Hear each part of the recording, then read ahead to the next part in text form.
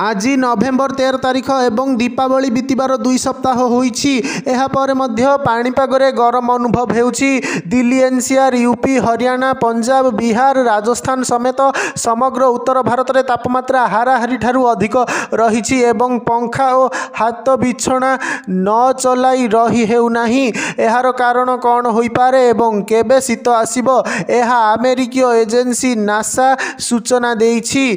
चलित वर्षर अक्टोबर मासरे पूरा विश्व में हाराहारी 1.32 डिग्री अधिक गरम रही। नासार कहवानुसार एही वर्षर अक्टोबर मासरे 2023 तुलन में किछि कम गरम रही, किंतु किछि अंचल रे एहार ओलोटा मध्य रही। एथिपाई आमे कहि परिबा जे उभय वर्ष रे एका भली पाणीपाग रही। भारत रे अक्टोबर मासरे गरम हेबा ओ एबे सुधा ठंडा न पड़िबार कारण यह कि पश्चिमा झड़ सक्रिय नहीं।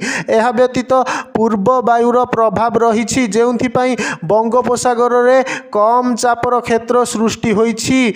पाणीपाग विभागर अनुमान जे नवेम्बर मासरे प्रतिवर्ष तुलन रे किछि अधिक गरम रहिबो, जहाँकि अल्निनार सक्रिय हेबा परे भीषण ठंडा अनुभूत होइपारे। विशेषज्ञों कहवानुसार नॉर्थ इंडिया रे सर्वनिम्न तापमात्रा साधारण ठारू 2 ରୁ 3 डिग्री सेल्सियस अधिक होई रही। वास्तव में ठंडार आरंभ डिसेम्बर मध्य भागरू होइपारे। पाणीपागर स्थिति यह कि सर्वनिम्न तापमात्रा तो अधिक रही, सर्वाधिक तापमात्रा मध्य 3 ରୁ 5 डिग्री सेल्सियस जाए बढ़ी। यूपी, बिहार, हरियाणा, मध्य प्रदेश, दिल्ली एनसीआर बा पंजाब नुहे बरं हिमाचल प्रदेश, उत्तराखंड, जम्मू काश्मीर और लद्दाख भली पहाड़िया अंचल रे मध्य तापमात्रा प्रतिवर्ष तुलन में अधिक रही। दिल्ली एनसीआर रे तो द्रुत वायु प्रवाह और ठंडा पाणीपागर जरूरी रही।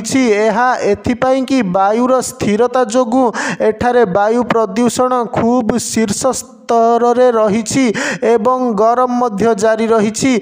एमिति स्थिति लोकों को रोगाग्रस्त करिपारे। दिल्ली एनसीआर रे एबे भी न्यूनतम तापमात्रा 14 ରୁ 19 डिग्री सेल्सियस रही, जहाँकि सर्वाधिक 30 ରୁ 32 डिग्री सेल्सियस रही। पाणीपाग विज्ञानींकर कहवानुसार ला निनार सक्रिय हेबा जाए एमिति ही गरम जारी रहिबो।